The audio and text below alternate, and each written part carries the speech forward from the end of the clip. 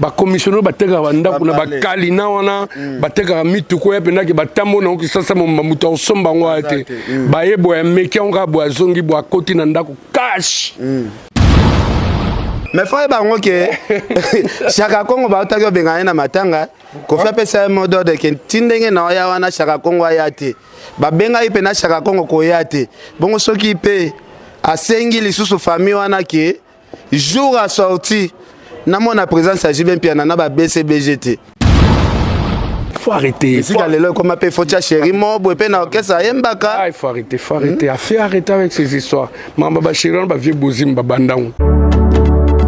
Mitolite misunga oyo ya Grace Mandela la pétrolière boyeba ke eye na idéologie ya sika donc soki papa to mama avali kopela awa na kati bakini komitungisa te ya kotitaka mbongo na kini kaka soki obengi na limero oyo oza mobimba lekoyo na kini akozwa soin de santé gratuitement na clinique misunga bajeli bino wifi ya opele surtout ke babali na internet au début donc soki ndeko na yo avali kopela olingi oyeba état de santé na ye okoki kobenga ye sale kukuma ozwa ata interférence na nzela. Maman boni santé nakomi bien soki ndeko na yo azwi occasion ya kozwa basoi na mitolite misunga yebake kuna na ntongo oza mobimba na petit déjeuner mpe na pokwa yebake badive ezali mpe na pointe po okolia okondima teke ozali na hôpital bazali na basale ya opération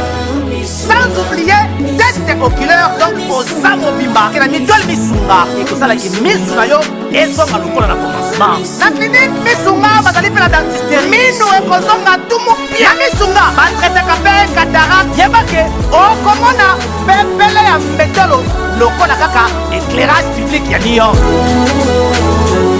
misunga santé sikani nana na clinique misunga oyo ya Grace Mandela la pétrolière est kembe ezali ezate.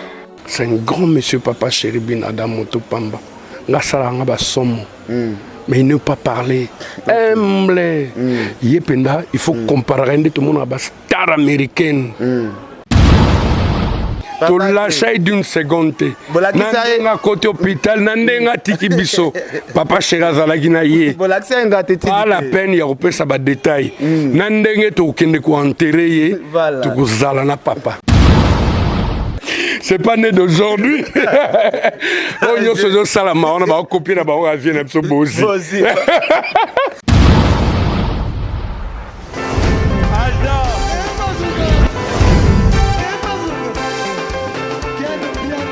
Personne m'a pour dire, on est quel bien là. Ailleurs, il y a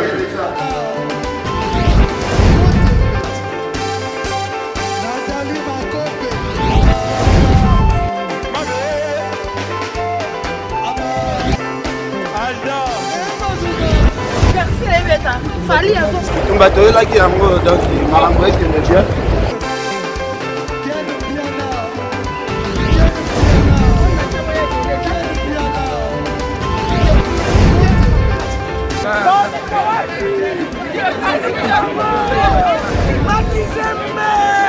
Ah bon?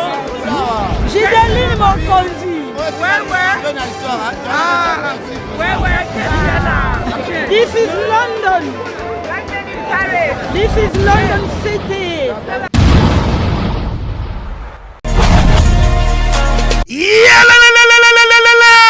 Changement de fréquence, changement d'adresse chez Djonga. Bolela kitro, oh esika ya bino moko ezali te boyeba ke Djonga azuli bino solution. Azu esika ya ye moko akofandisa idéologie, esika oyo bakongole tout bakobanda koya kokutana na ndenge ya defwa te. Chez Djonga de, chez Djonga de awa bokokuta biloko nyonso bolingaka ya kotumba lokola ntaba ya kitoko pe elengi, soso ya kotumba, ngulu ya kotumba, poisson liboso ya kotumba esengeli koyeba ke chez Djonga de bafongolaka kobanda mokolo ya mardi ti dimanche awa nde esika ambiance ezali kolala adresse eza kaka se moko chez Djonga de weekend boza deja ya kosepela po awa ambiance elalaka awa na ndenge ya defwa te chaque vendredi bobanda kozwa Suzuki Luzubu 4x4 yende muta kosepelisa bino na ndenge ya kosakana te oza kulia oza komela oza kopina pe chaque samedi ekobanda kozala nde CNN Alligator na ba artiste mosusu bakobanda kosepelisa bino na makinu ya defwa te na bakunga ya kosakana te et puis chaque dimanche sombele suka bisanga nde bokozwa les grands chanteurs Emile alias de Mingongo yende muta konde ko palola awa boko sentir betue ba ou différence yena tele mone namira ya nani chez Djonga de Malolo. Oui, frère. Babi Djonga. La Congolia. Futur. Hein? Nous te reçons la 50 boîtes. La Katakin, c'est Djonga. Chez Djonga. soki olingo sala ba réservation obengi na ba numéro oyo pe bako servir yo joli kitoko chez Djonga de yango nde moboko ya ambiance na kati ya Paris c'est naturel soin.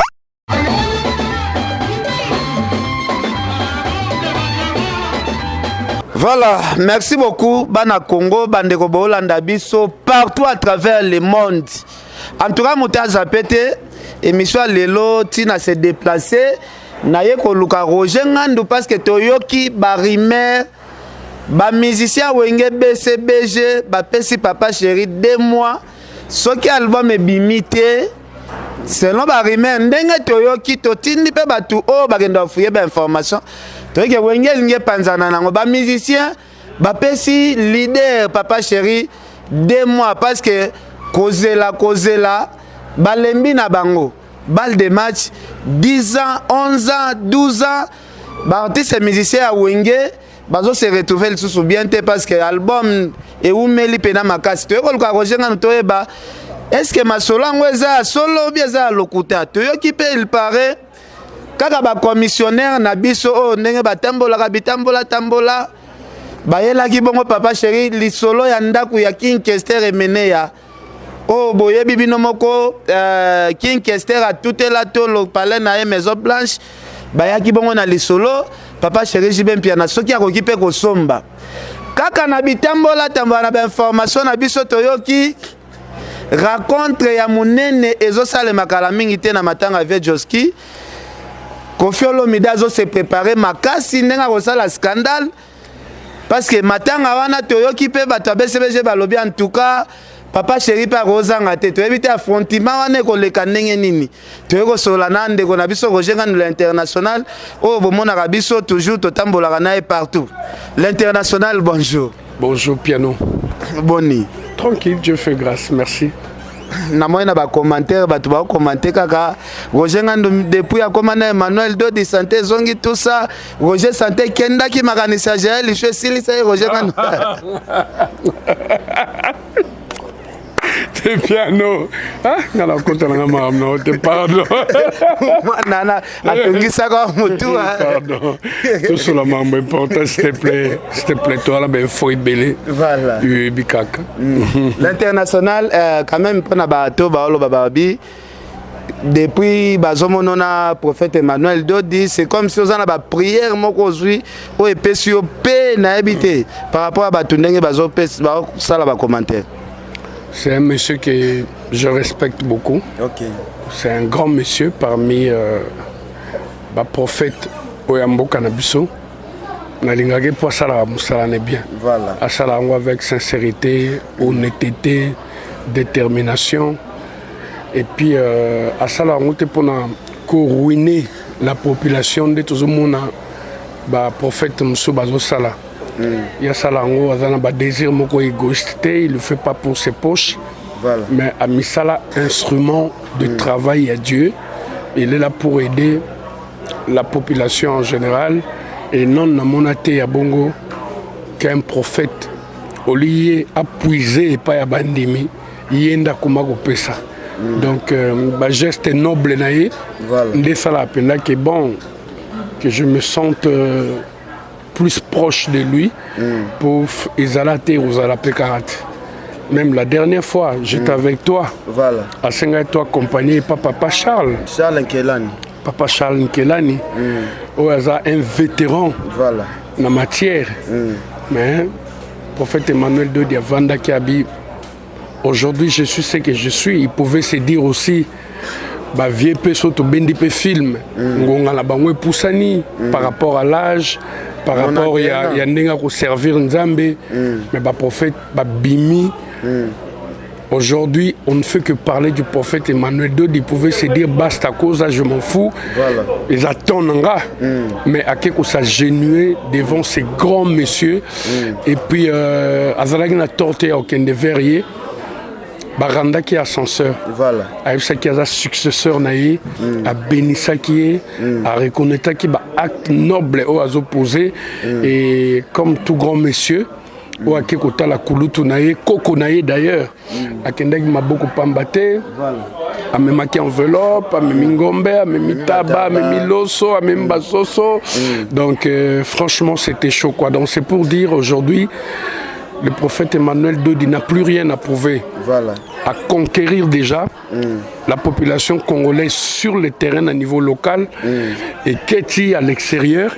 C'est l'extérieur aujourd'hui qui appelle Bandeko Bangon à niveau local pour leur dire allez-y chez le prophète Emmanuel Dodi, il y a du sérieux là-bas. Voilà. Les lotos comme Komuna, ma collègue Naye, Bazondi Maye. Voilà. Ça la courbe devant lui, c'est pour dire que c'est vraiment un élu de Dieu.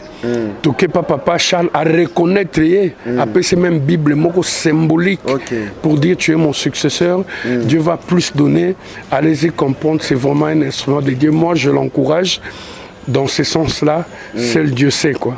L'international, c'est masolo sola eza vraiment ebele mais toko senga bandeko na biso batiela biso nano image ndenge pe tokendaki ya lisolango après to continuer na so ba actualité na biso mais kota la Papa Charles Nkelani kopesa prophète Emmanuel Dodi cadeau ya Bible o Thomson na biso alobi bungisa biloko nyonso mais oyo nga na peso eza neti pouvoir kolingate un jour et bunga yo et ça là qui on dit ni koyoka papa nazopesa prophète Emmanuel Dodi pouvoir à bon. Tu l'as bien dit, ils ont pouvoir Mobimba. Voilà. Bah PC Bible les a livre moko sacré. Ils a sacré. Non seulement qu'ils a sacré, Papa Charles ça fait des années à garder la Bible on a bureau naïe. Après ça y a un mutute. Tu vas pas me dire que le prophète Emmanuel Dodi c'est le seul au akirota la papa peut-être bamsoupe bakenda batalaye, bamsoupe ba collaborateur naïe, mais le fait qu'alobi ils a Bible moko data de longtemps qui na bureau naïe a vu en wa pessier. Comme souvenir, ils ont déjà pouvoir Mobimba parce que les écritures, il ne faut pas blaguer avec les écritures. Voilà. Ils ont déjà pouvoir Mobimba PC parce qu'à EBCA, tout ce qui va toucher, ça va se transformer en or. Donc c'est pour dire qu'ils ont blagué. Dans l'international, geste symbolique. Prophète Emmanuel Dodi Pe Salaki, Kokendota la Kulutu, Wakoksi 91. Amemeli bantaba 4 amemeli ngomba Mobimba enveloppe ekutu toyebi ezaki enveloppe mo costaud sini wana ya taba na bangombe yo pona yo analyse ni osalaki. Ben moi je me suis dit toza ba bantu prophète Emmanuel Dodi avec Koko et Papa Charles et puis tombaki jour ya fête ya Pâques et puis jour wana c'est Papa Charles Ndemuto Ponaki qui est bon parce que tant à sentir désir wana prophète Emmanuel Dodi Azaki n'a posé aucun de kota là et ndalobaki aya jour tel et tombaki jour à Pâques ça s'est fait et on va s'organiser qui en ce sens là pour qu'on fêter en famille on est des bantous c'est tout à fait normal. Voilà. Papa Charles Paranda qui est ascenseur n'a pas écriture divine donc c'est pour dire que il y avait vraiment échange quoi. Ok, l'international, n'abige pas joto sauter pour tout ça ba image.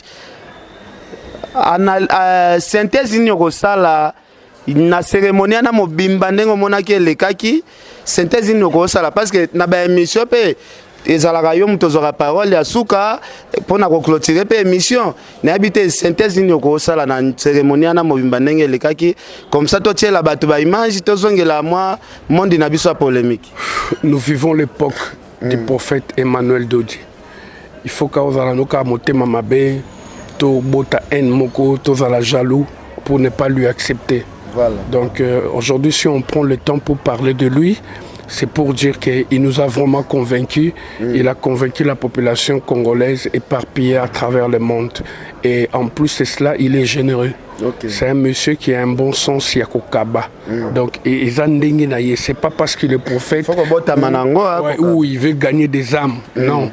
Il est vraiment généreux, il veut partager ce qui lui revient parce que sur Taliba dépense au Yazosala en allant rendre visite na batouille na koidaka ba orphelin, tu vas comprendre qu'il y a un bon à bonzate et ça va bon na émoro à poche qu'il est en train de distribuer na bateau et puis na vrai sens il y a Masolo Muto à Kabaka. Dieu a béni Saka et toujours, azora toujours plus. Moi je le conseille.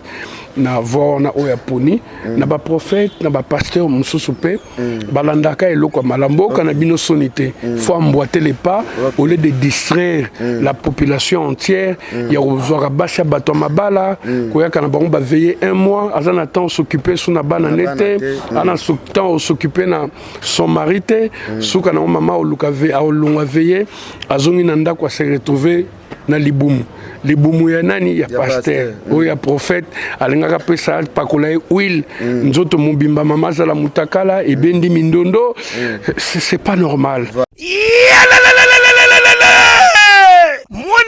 Mwana ya poto tala flat ya kitoko oye che ba condition nyonso pona kopema na elengi nyonso yangoyo Flat Hotel Joli Kabelo CPI cadre kitoko pona kopema awa soko ye oye kaka na bilamba na yo okokuta nyonso ezali tala bino moko bambetu ya nyekese cuisine na ba chambre nyonso salon ya joli kitoko bongo kote ya ba toilette enga ye awa ata mikate kwei okolia kitoko bazali na courant kitoko 24 heures sur 24 po bango bazali na départ unique bachela bino pe mobange na groupe électrogène awa ya tumupia maye bimakatango nyonso na Flat Hotel Joli Kabelo CPI bazali na mobange na parking pe sécurité ezali assuré ndimela ngai ke soki ozali kovanda na kati ya Flat Hotel Joli Kabelo CPI bar oyo okoye kovanda no awa omelie loko nyonso yo kolinga kasi pona bato lipanda bosana awa te Flat Hotel Joli Kabelo CPI ezwami na avenue Boula numéro 115 quartier Adoula référence église Mangembo na commune Bandalungwa tope okoki kobenga bango na numéro ya téléphone oyo 082 58 12 024 Ozamo Bimba Eyokanie. Oui. Au monde que bazo ruiner la population ya kotiki sa bango misala oza misala moko satanique ba boto la bango mituka o bozo ki nanzela mabe ba boto la bango bijoux ba boto la bango bandaku finalement ba ko appauvrir bango ba ko disloquer famille batu bana ba se retrouver ba chege na balabala commencer à embêter bah, pauvres citoyens, Koyiba, etc. Olandabo, qui sont à la base les pasteurs et les prophètes. Bon, m'boite pas, on a un prophète Emmanuel Dodi, abisogi mwana andoki, olibo bengana ebo yanaye. Il y a aussi les sayango. Donc vous avez un souci financier, bomoni azo réglé yango. Donc côté miracle, écoute, n'en parlons pas. Azo soukaka na guérison te. Donc azo aider batou, bazo misala, etc. Moi je l'encourage dans ce sens-là à continuer d'avoir et puis voilà quoi. Voilà. Tu as une image, mais l'international, vous avez la chance de un bateau, vous avez un beau pété. Vous avez un papa chéri, côté PA, il y a Bonzambe, pour écouter un prophète, il y a social. La chance, on est là, comment? Ben, dès qu'on l'oublie, on a papa chéri aussi. Avant généreux et puis dans le bango anytime et va prendre flatter parce que je travaille chez lui ils appellent donc Azamutu il a un cœur humain à salisa makasi azala ratende te ba leader mususu shish azota la ninga kemba pour koma kozwa batuna e pas travailler ne peut faut ba kemba non lui n'est pas comme ça lui papa chéri quand il a quelque chose il partage avec tout le monde et surtout ce qu'on a un souci oye nango azana on peut zapper mutako zapper na ba calcul là mais ceux qui vraiment azanango il n'arrête pas de partager. C'est pareil aussi avec le prophète Emmanuel de Dina ebité pour bemsunga ipe nazara na motema on a partager moi c'est quand j'ai non yo poka ba makasi je veux pas tirer la couverture de mon côté mais notion on a pena on a makila ceux qui na nango je préfère na pe sa mutem sunga na la nganzala mais muto a soumettre un problème azwa akende ko sali ça peut-être ya on désolé en tout cas ngai vraiment côté na témoignage rapo Afrique du Sud nanga ya liboso en tout cas pesanga visa pena ya makasi o esalanga bien na kepa Afrique na zongi o bakiselanga pe bambongo bien en tout cas côté wana vraiment na yebi témoignage na yo mais tolanda cérémonie ata moi quelques minutes après to zongi la sikoyo polémique na biso merci.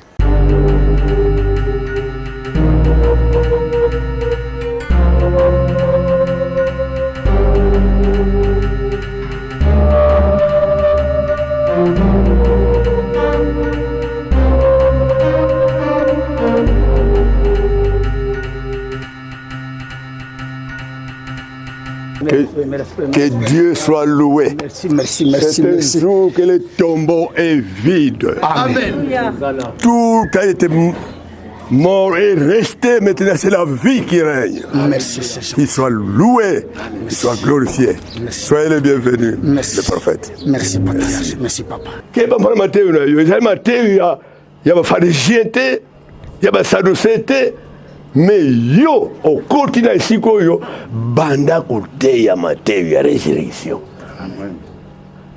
Comme ça, batu bazwa des semences incorruptibles, semences de la vie éternelle. Vous avez côté ya yo moko au bon de motémateur, vous avez côté ya yo moko au salaka yangote, alors vous allez couper bébé ça met pas. Mais en vous, prophète, ndenge na moneli yo aza koloba nyonso parce que oye yo mokote tikete ba oyo nyonso bakangani na yo bazwa ngolu amen bazwa ngolu mokote abima wana elakeli mabe amen nyonso bakoti abazala béni amen mpe basala mosala église oyo ozali kokamba est à la lumière du monde. Amen. Non. Et au salaire de la 4e. Non. Il faut atteindre le monde. Vision à Dieu, il y a l'église, il faut dans le monde. La Bible est dans la Bible. Mais on a coupé ça. Si on coupe la Bible, on a coupé la Bible, on a tient la messe depuis 1960. Depuis 1960, les rois de la Bible française ont quitté. Bible n'a la peine en totalité. Alors que Yangona yekola kuna na kati na Bible lelo wana ya Kikongo kaka ezalaki. Yangwana bwana. Oyo ngaza kupesa yo ezali souvenir ya lelo. Amen. Tanga makomi mazali awa. Mpe na pesi yo na kati mukanda oyo ezali. Na kati bakomi les 27 lois spirituelles à connaître pour une vie épanouie. Épanouissement de la vie spirituelle, morale, physiquement, matériellement. Nzambe apesi ngai ko communiquer yo 27 lois spirituelles. Tangango sérieusement.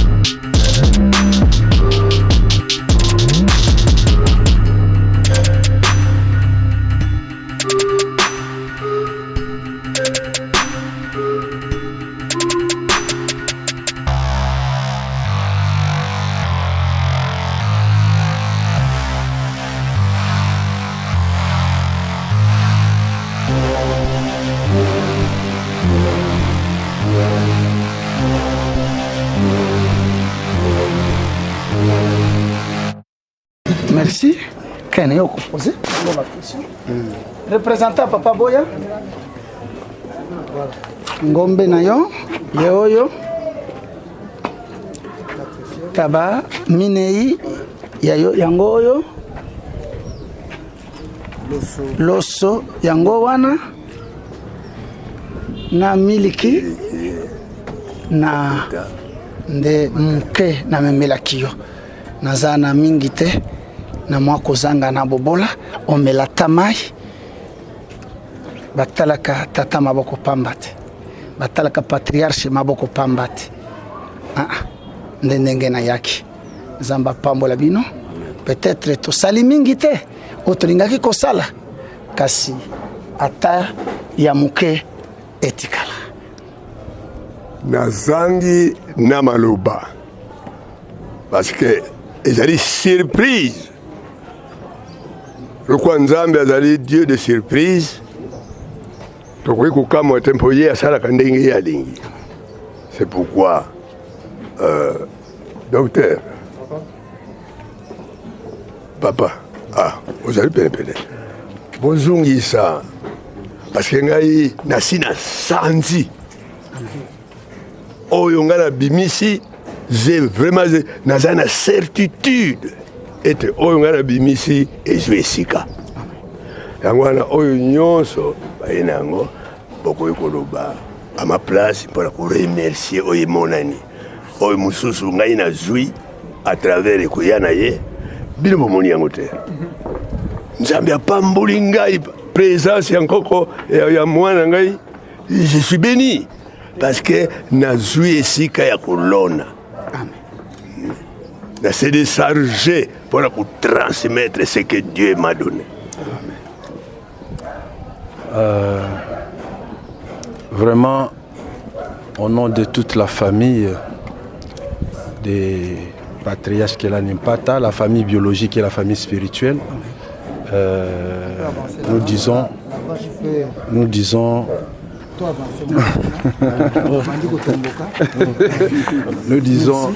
merci. Merci. Parce que ce que vous avez fait à notre Père spirituel, ce n'est pas seulement localement ici, mais c'est au travers de tous ces enfants, ces fils spirituels qui sont à l'étranger, aux États-Unis, Canada. Donc, vous êtes comme un symbole de reconnaissance aux aînés.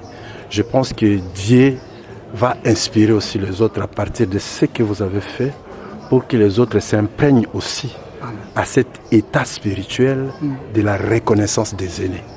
Vraiment, au nom de tous les enfants qui sont éparpillés partout, nous vous remercions et nous savons que le Saint-Esprit va vous aider à continuer à faire davantage. Merci beaucoup.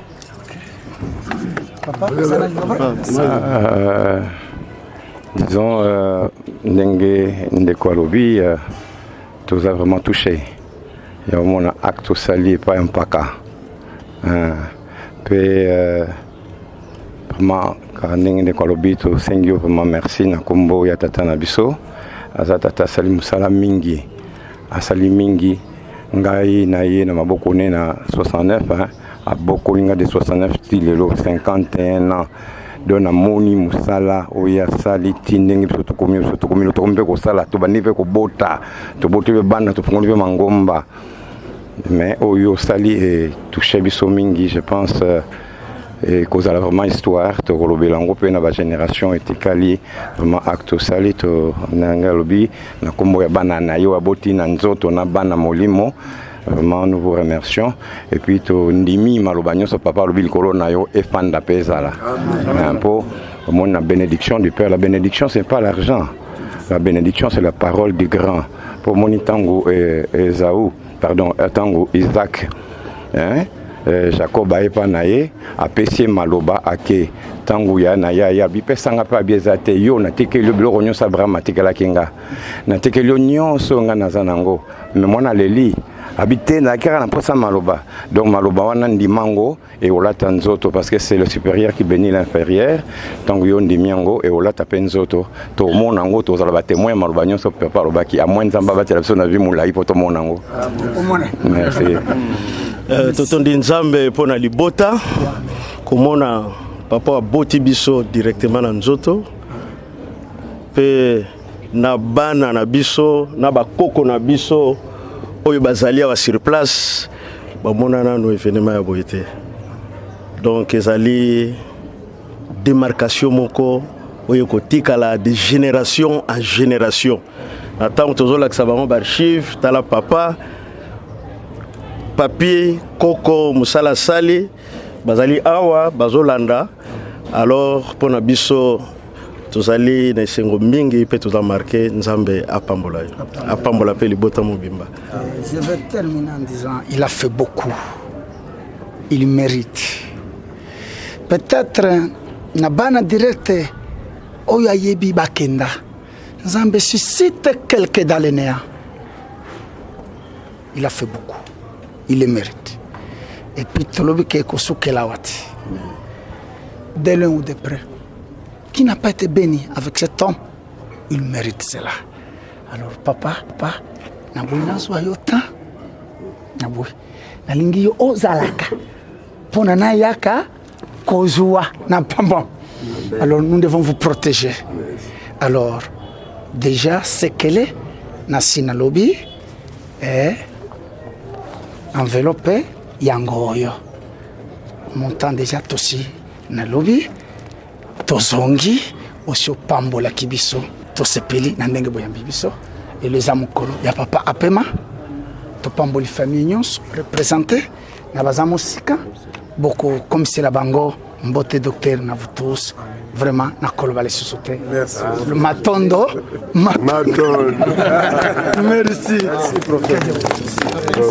voilà bolandi bino moko ba image ndenge tokendaki inde na prophète Emmanuel Dodi ti na ndako ya papa Charles Nkelani oyo abotami na 1930 abandi musala ya nzambe na 1900 na baaja ba 23 ans donc papa na kokisi 91 ans histoire na eza vraiment moulayi tokobeta yango na ba prochaine occasion ba émission mususu et ko sala biso toujours bien.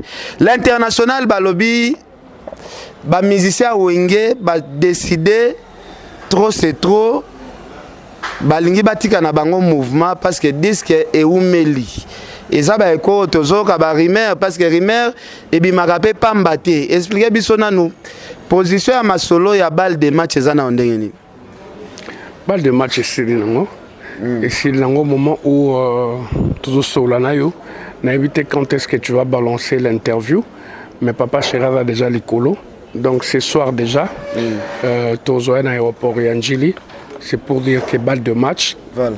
Et comme à terme et à part ça le producteur déjà ont imprimé les affiches ils ont imprimé les affiches dans les jours qui vont suivre Toruya ko présenter Binongo Bomona exactement quand est-ce que l'album Balle de match va sortir et en plus je t'informe que l'album on a 2 volets c'est pour dire que Sili ba détail on a pesayo donc et obima en première partie donc volume Liboso et Bimi voilà avec quelques clips promotionnels et quelques temps après la seconde partie aussi tout balançant pour finir cette histoire à part ça déjà balle de match s'annonce bien pour ba contrat pendant ba concert extérieur et Zoya calendrier n'a pas comme saturé mais on dit que papa chéri il aime bien faire faire les choses à Boïna ko précipité donc il s'est dit que l'album sorte après au fur et à mesure pour remplir l'engagement on a battu la biso mais franchement déjà je t'informe aux ongara miko po sanga que tu m'avais dit vrai année autoropé maté c'est-à-dire que va dire concert que ça soit au pays ou à l'extérieur du pays ça sera vraiment chaud on sera tout le temps parti voilà confiance ni ça la producteur album ebimina nous tête éviter ce que Rosimba ou Rosimba te mais ba pe bino déjà confiance ya ba production.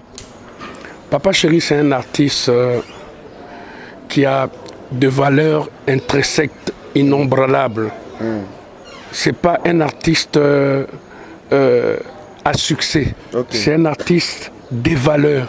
C'est-à-dire un artiste à succès, un artiste oyo. moun pena mbonge abimi dîner ya bou. Après un moment, c'est fini. On parle plus de lui. Voilà. Mais un artiste de valeur, il reste stable. Au moins, a des années, il reste stable. Même après sa mort, on ne souhaite pas.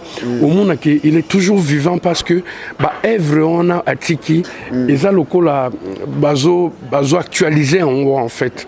Donc, c'est pas un artiste à succès, c'est un artiste de valeur. Il y a un monde, qu'il ait un album sur le marché ou pas, il reste stable. Voilà. Le voyage, n'a pas concert, il y a un répugné, non, si ça n'a un album. Quand on a un album, on a bimisa, producteur, ça a confiance, et partout où on passe, on casse la baraque. Que j'essaie un peu de tirer la couverture de notre côté. Moi, je te dis tout de suite, à ta papa chéri Abikipé Yayo, mais moi, je te dirais, il n'y a aucun groupe où bêta kaba concert n'était groupe ya papa chéri wenge BCBG et puis na ba kunini na ba circonstance nini ba mariage lelo ba homme d'affaires ya ba grande dame ya ba autorité ya mboka.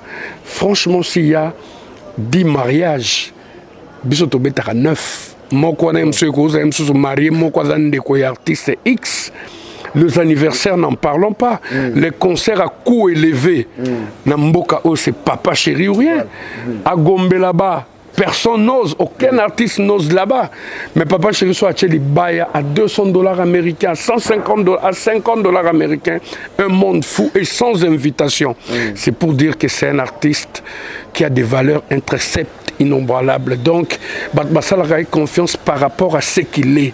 C'est un artiste né, c'est pas un artiste fabriqué.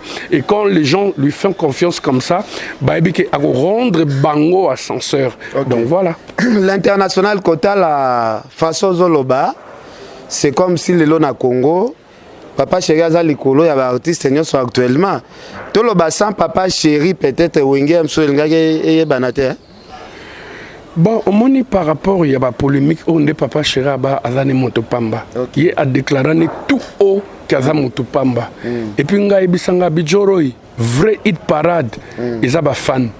Parce que les lots trophées, hit parade, nini, comment au corrompre, programmer, c'est bon, après tu fais trop de bruit. Mais sur le terrain, tu joues où? Au Betakawapi. Disque nayo et Betakawapi. Maintenant, on va disque belé, zo betapé. Ah, t'es le zirko.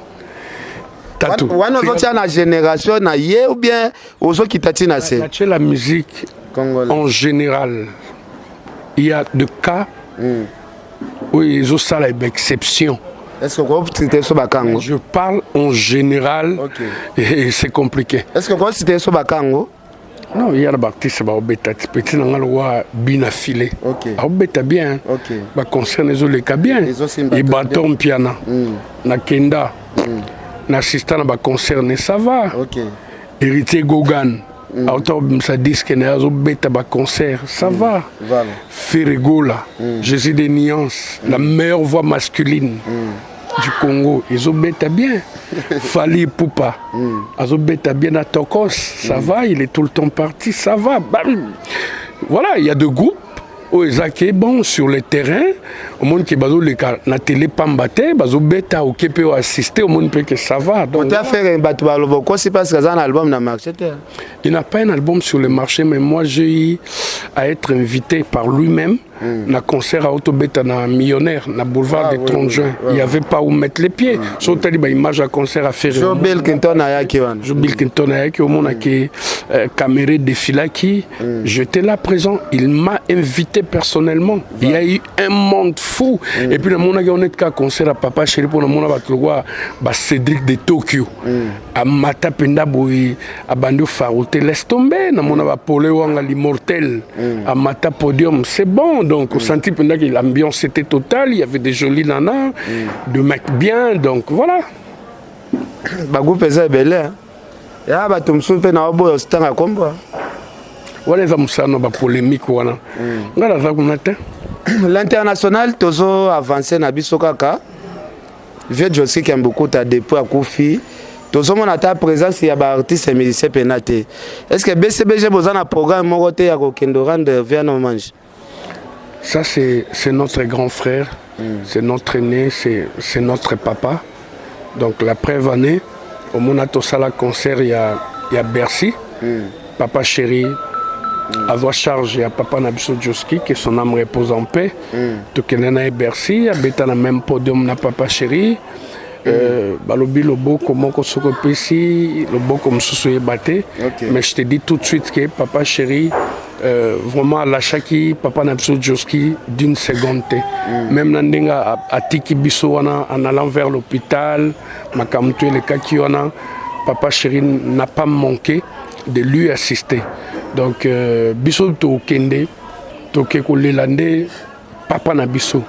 Le reste, ce n'est pas notre problème. Voilà les affrontements. Nous, ce n'est pas notre problème. Biso lelo to kene matanga parce que toza na mawa mutu na mutale la mutu na ndenge na ba msupe bayaka wana pona ba machivi ba mona bango etc. Neti tout à l'heure otolo ba bazomona batukuna te mais au mona jour o ba ko exposer corps ebele baroya kolakisa ndenge ezalaka bango ndenge bazana ba bien ndenge baza bon ndenge bazana ba bilamba ndenge baza boy mais nous c'est pas le cas. Nous on va aller pleurer notre grand frère et puis voilà. Et bang Sabino te jouant par rapport à quoi? Non, par rapport à tout mon équipe ndeko na biso Kofiolo Midepe abetaki surtout na lupango familial alobaki en tout cas yaza artiste oyo asalana Papa Djoski ba featuring ebele donc ya rosa du début à la fin affrontement wana peut-être na mopa parce que toebi quartier latin na BCBG zalaka net opesi mbambo aboya jour ango tellement balobi Kofinda zo diriger matanga na simbango na maboko est-ce que kozala moi benda bikate? La communauté congolaise est en deuil. Tout ce qu'on perd d'un grand. Encore une fois, au nom de Papa Chéri de son groupe, nous avons présenté ma condoléances les plus attristées dans la famille biologique. Il y a Papa Nabiso Djoski, la famille musicale en général, la communauté congolaise, pour tout ce qu'on perd un grand baoba. Tout ça là qui n'a papa. La genèse, je souligne en rouge, la genèse, tout ça là, il n'a papa. Ti papa Beliti, papa Tiki Bisso. To l'achat d'une seconde. Nandenga côté hôpital, nandenga Tiki Bisso. Papa Sherazalaki na ye. Pas la peine ya repesa ba détail. Nandenga to kende ko enterrer ye. To ko zala na papa. Ya maturité, ya motema. Ya motema. Voilà. Pourquoi reprendre un bon? Pour na faire voir yo que vraiment tout a endeuillé. Toza na matanga, toke makamba maturité, toke makamba ba histoire te, toza là un grand baoba, ya musique congolaise avec le cœur pour te ébiquer, et zanzela ya biso nyostu. Donc, il a précédé ka biso petorouya, ba matanga Kinshasa et comme matanga tapage, biso toke na biso na sanso, na te amoni ke matanga wana, yenda roya rola kisake, et zandeye, il n'y a pas de problème. Le kwaza immortel, il n'y a pas de souci. Le kwaza éternel, il faut y avoir sakana matanga batu. Voilà, et ça n'a pas de problème te. Mais biso to lakisaki mawana genèse to kenango tina révélation. Voilà, to yande kolela papa parce que s'il faut parler du matos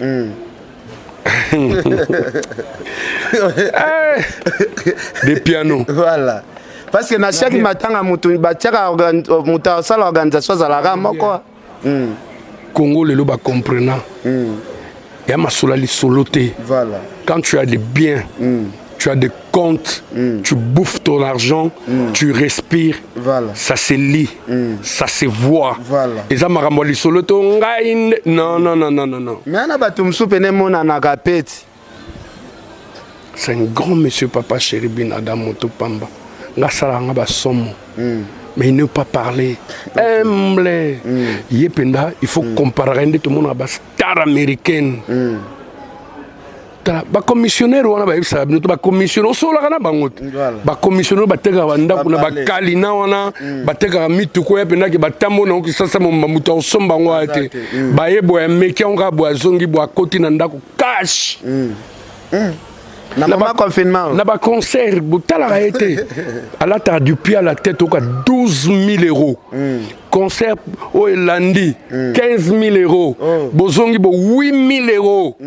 Et ça y a ventirté. Autant la montre à la taraté. Autant la façon de vivre n'a été. Voilà. Tu vois pas ces enfants. T'as là les logos mon côté. De Ken.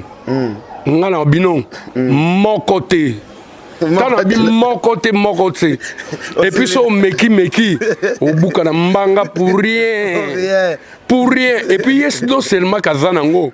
Il vit de son argent, senti que tu as vu Varaboya, tu as chiche, aujourd'hui moi infrozo batte. L'international. Mais frère bango que Chaka Congo ba otaki benga na matanga, ko fa pesa modo de ken tindenge na ya wana Chaka Congo ayate. Ba benga ipe na Chaka Congo ko yate. Bongo soki pe asengi lisusu famille wana ke jour à sorti na mona présence à Jibin Piana na ba BCBGT. Le piano disque bima. Disque bima. Bisoto la disque. Na chef de l'état de Naipsakio à hausse de l'album. Et Salamate. Yemouka aussi papa chez Gazos de l'album. JB. J'attends l'album. Oh, président de la République. Usagana na muntu wana so vandaka na ye wana mukishi. Voilà. Malingane ou le bata observa. Il préfère plus poser des actes. À poser actes mo qu'il comprendre ga botika ba ventir ko. Makambo zo mona na bohe. Botika comédie. Les lots disques nini ozo zela ma monde entier lokola balle de match. Ah ben arrêtez. Arrêtez. Bien ba toza na ba disque, bozo salo single ou album, bozo beta wapi zo yoka na wapi. Il faut arrêter. Il faut arrêter, faut arrêter. Il faut arrêter avec ces histoires. Mamba Chiron va vieux bozim babandang.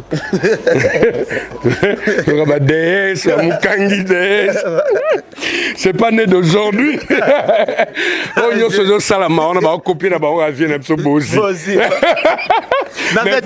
Il faut bien on la reconnaître ça. Ouais, tant on a na maman na biso milliabel. Donc voilà, il faut qu'on dise qu'on s'appelle reconnaître ça. Si parler là leader belé pe ba benga ka été. Viens à toi gagner bien. Papa Chira. Leader belé ba benga. Wana bango. Ah papa Chira gagner bien respecté qui ma casse. Et puis papa Chira dinga trop. Va viens à biso va se comporter bien. Ba ça la musique na bango sans problème, sans querelle. Donc c'est des vieux qui sont comportés comme il le faut. Et puis il les lovia soka bête lo on est mort au monde maintenant. Et Kangi, donc nous beaucoup de respect. Voilà. Merci beaucoup. Tu as sauté le solo ya Matanga, mais l'international le solo peut tambolaki. Yo le bito na ba commissionnaire. Tu solo appelle ba commissionnaire. Na bi banda papa chéri belé. Et belé. Mais ils avaient privé na na ro italien o ate. Depuis papa chéri azana Isbai. Ngana mona jomo bazawa kendo zambongo pa ba locataire. Wana président wera azalaki nanu na makambo mataki na ba echelo mataki te e awenge pene panzani ngana oka lisola mutu akenda zo ba mbongo ya ba locataire ajibe da wenge panzana jibe azana 17 locataires dans les années 17 parcelles ndenge na oka à l'époque l'international kaka na ba commissionnaire wana to qu'il paraît dossier anda kwa King Kester et mené ya pe e yaki. Oh, ndako babengaka Maison Blanche. Baki proposer papa chéri que ndako wana ezotekama, mais papa chéri a décevoir la famille a boy kosomba lobby. Dans le but de lutter contre la déforestation, la Fondation Deka Innovatique organise ce samedi 10 avril 2021 à partir de 13h30 à l'hôtel Malébo situé dans la commune de Ngalema, référence Kitamo Magasin, une conférence scientifique sur le réchauffement climatique dans le but de conserver notre nature. Orateur, le professeur Dieudonné Moussibono. conseiller spécial du chef de l'État en matière de l'environnement et développement durable. Professeur Kousseouluka Kabemba, Maître Jean-Jacques Munganga et plusieurs autres intervenants. Ne ratez pas ces grands rendez-vous. Pour tout contact, 089 690 70 76 ou 099 58 32 827. DK Innovatique, nouvelle ère.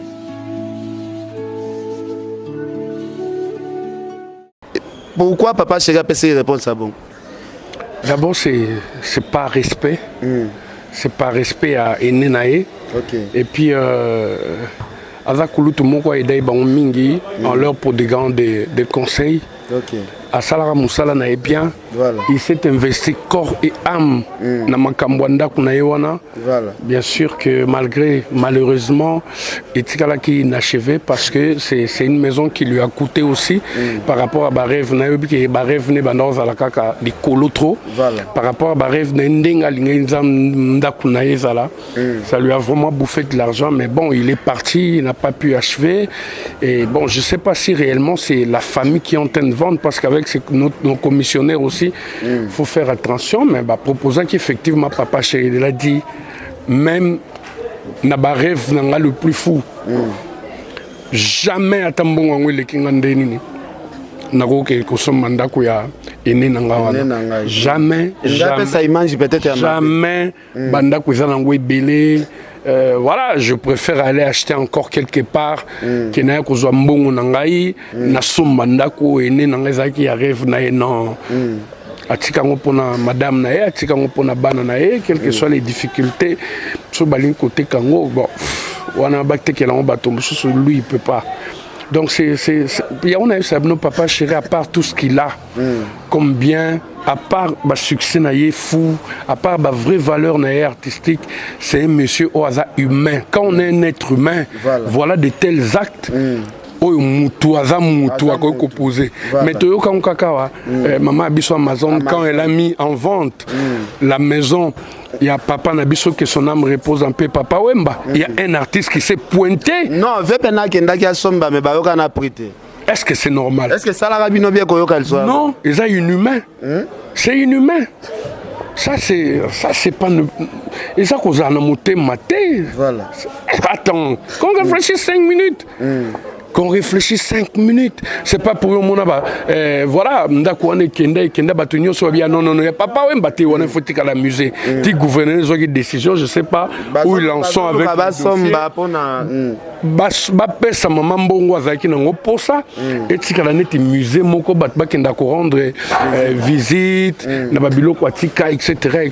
Mais na mboka na biso c'est comme si ba respectaka ba valeur ya bato mususu te parce que ça banda kuneti ba papa ba fait comme ba place moko touristique o bato faut ba resala ba visite banda kuneti ba King Kester ba vient na biso ayembi banzembo ebele ba papa Lutumba ndeto mona na tirkit ba lakso ndako yo eza place Samson azalaki kofanda place o donc et pas na biso c'est comme si respect biloko wana ezala penate. Notre pays tozana musala makasi tozana mukala makasi entre temps mine de rien eza ba initiative moko et au côté Sambongo, na caisse à l'État. Bon, en allant s'endetter dans des pays étrangers. Bon, on a tambouli, aux eaux roulées. Autant la peine, bon, on a balabalat. Au moins, on a mutuka moko ezanga minda. Mutuka moko mal garé. Conducteur sans document. Donc, au moins, que mutuka koufi, au moins, on camion koufi. Batikiango. Na balabala. Kati ya balabala circulation comme gêné pendant 3 jours. Voilà. Ezaba mbongo. Voilà. Les leçons balobi voilà Joro ipona ministère moko bachayo sobo tchenga net ba ministère on ya ba transport. C'est ezaba mbongo moko kokiko imaginer rien que kaka na ba contravention ba dépassement ya mabe parking ezabona te yo garé c'est sans permis donc mboka moko ya désordre we wazo kumba na désordre surtout ba we apena ba exagérer hein 207 n'en parlons pas société transport on a le roi baby que ça l'état et ils sont assurés bazo tout batuna banco bazo tout mituka batuna ko po nini eza société à transport il y a l'état c'est du n'importe quoi. C'est du n'importe quoi. Parking au monde garé awa mutu moko ya garé na simana donc po yo longwane faut pas que ko luke soki na restaurant to place nini yazali et pas mama bana na il faut kita yozo zela tant msu ya musala to erotika bana na classe c'est de l'argent pays musu ezala ka garé mabe ba kangi ka wana la police est memi en il faut qu'on ne foute intervention ka contre soko l'équité les embrouilles soit au kende casse donc chez nous ezana bambongo moko ezo traîner nazo baté oui, les minéraux, c'est bien beau. Mais nous avons l'argent qui traîne dans les rues. Il suffit de placer des bonnes personnes au hasard conscient, à Rosala Moussala, comme il le faut. Au monde que l'État n'a pas besoin aux gens. Bon, si l'État par Rosala Moussala, bon, l'État m'a banzela, moi, tongiango ya malonga. Mais n'a bien, bambon ou en agnon, c'est quoi ton ganzelati? Quand ça va, ça la paix, ba marambo senga. C'est la sorte de vote. L'international, Kinshasa, comme Baïse, Banzela, Nyonso, Yaroboukan. Bisaki Mboka na biso, ils a à refaire. Tozana Moussala, Makasi Mboka Oyo. Ils a même pas qu'à Banzela, ils a mis tout ya batou. Moutou ya batou d'abord il faut pas recycler batou il faut éduquer les gens parce que babilo ko na nyoso atato chango au point so ki biso mitu eza ya robeba tozo comprendre biso le côté to bi utilisation malamu ya biloko wana nyoso te o mona te ke zaka merde na l'international degré président Fatia Kuteli Mboko ebi ke za mutu pasi aza musala makasi ko aza musala makasi to bandana nous ko condamner yete parce que à côté pena tâche moko très difficile na Mboko il faut du temps. Il faut du temps. Oui, bilelo. Ngai et faire rebelle ngai. Au vendre qui mutu moko boye na caisse à l'État il bagi 100 millions. Yé moko. Nati moko ba otokanga ya 200 millions. Et puis ça yé moko te. Hôtel Penem so exactement 300 personnes ya babongo. O iba 2 millions. O iba 14 millions. O ya iba boye. Makale tondi hein. Voilà. Sikoyo yebisa ngai mboka eko évoluer ndeni lio batie wana. Tu te contentes pas de ton salaire ou même avantage ya musala et za mbongo ya contribuer. Mbongo ba iba za mbongo na biso. Mbongo na biso voilà. Ya mbongo ya contribuable nde bazo iba. Voilà. Comment le pays va marcher? Des facha zo sala wana ya kanga bango nanu ezo sala bien. Mais ça sur une idéologie hein. Ya ko sakanate. Parce que ces gens-là se prenaient pour des rois.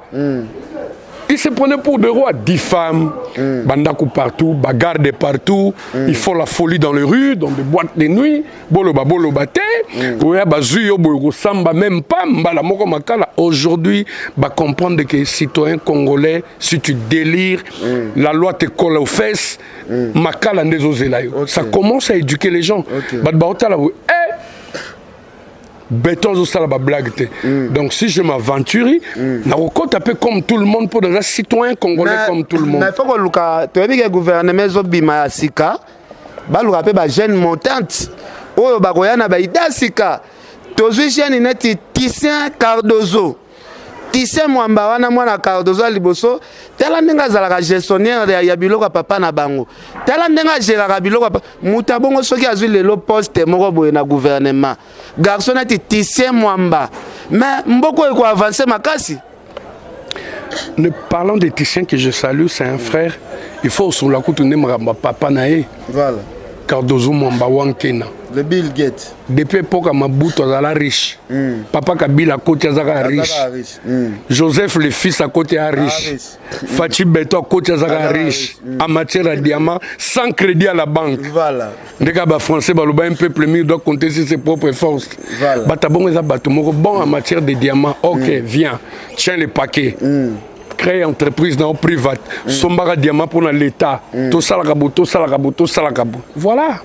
Comment de tels monsieur crédibles beaucoup de kaka évoluer en propre bon parce que ceux qui sont crédibles tendent à quoi ça papa naïa des fois de l'axe que mboka pe ko confier ba ministère net ya ba diamant wana bike to ko avancer makasi Talarambo qui a ma solé belé à Rosala ndeka baloba on tue pas tous les sages du village Batirata Moko, pas orienter les jeunes. Bana Bazo sur sa classe, les jeunes sont en train de finir leurs études avec beaucoup de difficultés dans notre pays, mais sans emploi.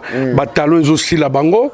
Moussala les lieux comment il y a des conditions. Ils allaient moi si, ils allaient mobile. Sokoza moi si.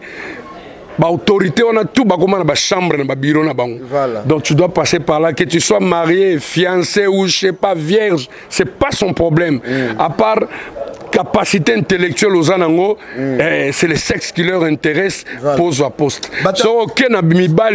C'est des formules magiques, il faut s'intégrer pour Simba. Ce que bateau toi ba chrétien on a batangi classe ba nyoko mi ba parents du tenda yoana bateau ba la qui s'appelle valeur, c'est toujours les mêmes têtes, c'est toujours les mêmes têtes qui reviennent. On a boité parce que bazan expérience, mais bano peut aussi sa classe wana. Bozu bango bo annexer bango, botiki peut quelques têtes ya mikolo pour ban expérience, ya musala, bo sangisi bango. Allez, on va voir une expérience au bango, le pays va marcher comme ça.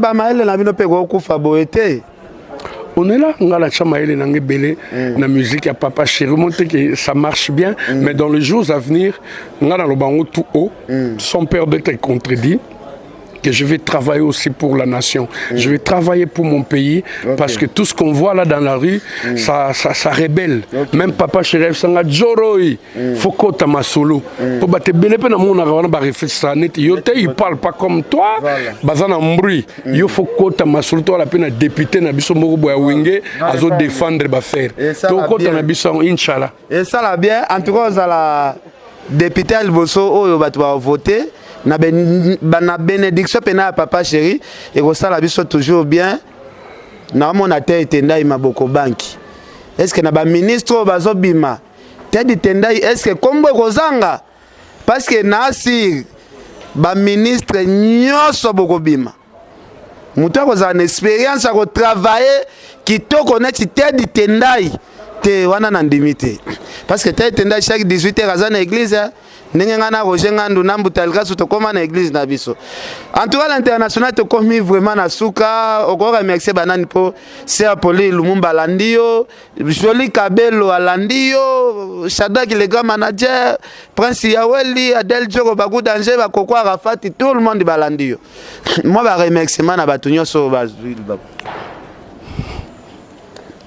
Je salue Moulouma Mouchinga, Vouandou, Tetendai, lui c'est un frère. C'est un frère là où il est, je le salue.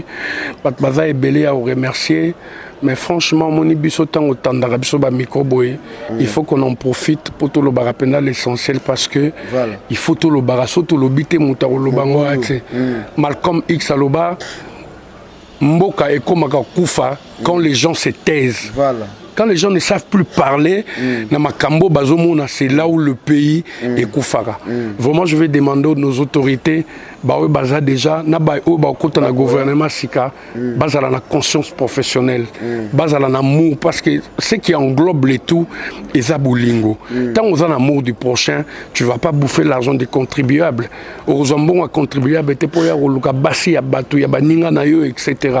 Vraiment, toi, on a un souci, toi, aider le chef de l'État seul, peut rien faire. L'international. Nakatiote et là moko yelinga. Est-ce que ba suite pe leke belé na mboka na biso ba konze belé bazozo atanya ya ko mona population tenenga zo souffrir ba konze belé ya kolongwanda kuna e ba memieka kuna la police vous panzanzela qui a koti biro ozomona teke ba konzi pe air moko boye pe so ba tamba na ba suite te ba kita ba dessin sur le terrain ba ko comprendre pe souci à peuple to mona tout le monde azara na sirène na yo ezo panza batu na nzela ye ifale kakaka est-ce que na habité na ba payer belé au tamboli est-ce que marche arabe ndenge na Congo ça marche pas comme ça ils ont les kamba conscience.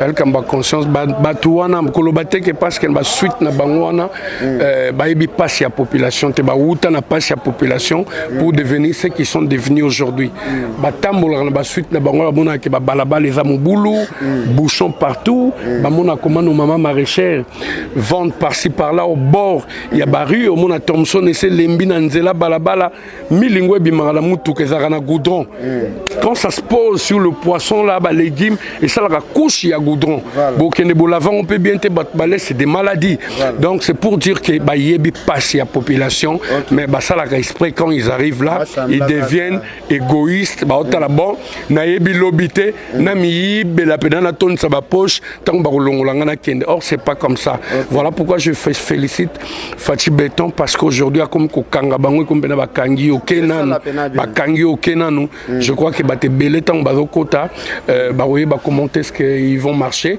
mais moi je dirais tout de suite que balo nara bolingo frazo bakoza mort bakoza na ngozara bolingo l'amour du prochain tant bazana amour du prochain olingate moninga nyokoma ozana na place na obina bungisa donc bref c'est ça donc par rapport à mon groupe aujourd'hui c'était une émission on a parlé il y a la généralité à branche tout au touché, mais par rapport à mon groupe, vraiment nous tenons à remercier les extrémistes de la bonne musique, il y a Papa Chéri, où il va patienter qu'il longtemps à attendre de l'or au puisse balle de match.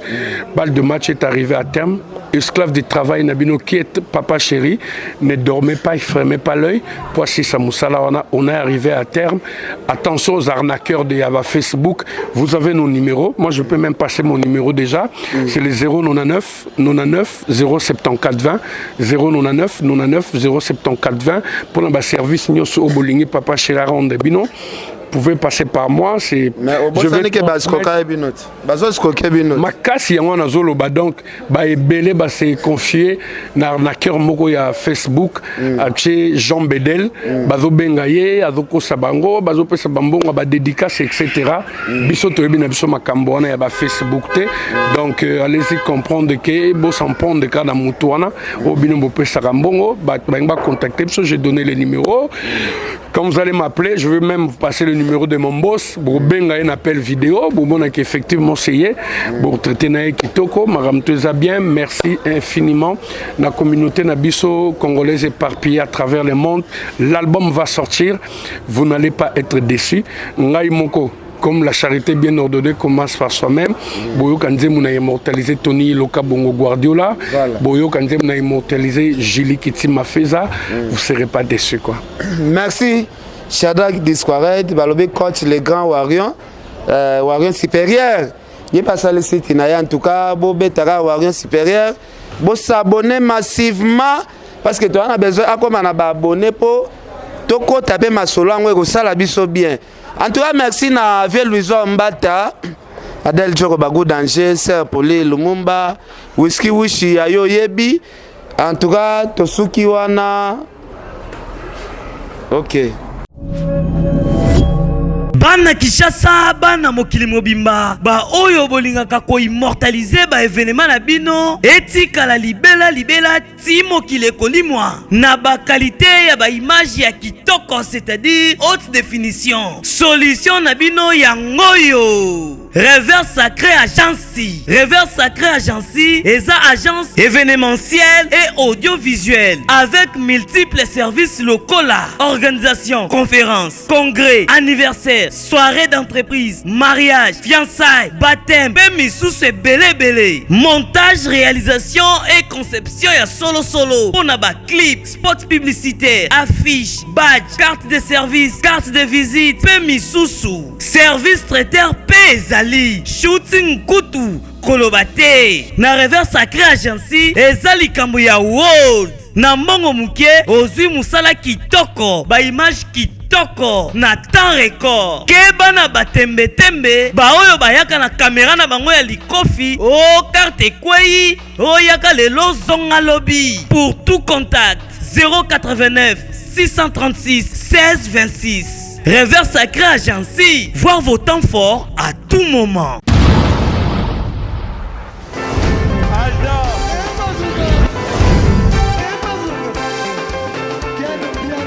Personne m'a connu, on est quel bien. Ailleurs,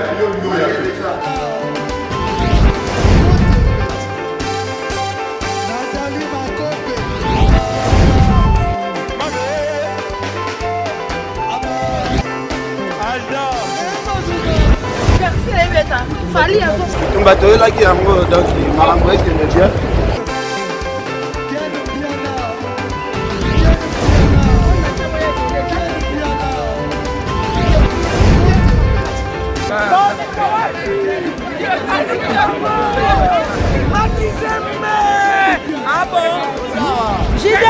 mokonzi. This is London. This is London City.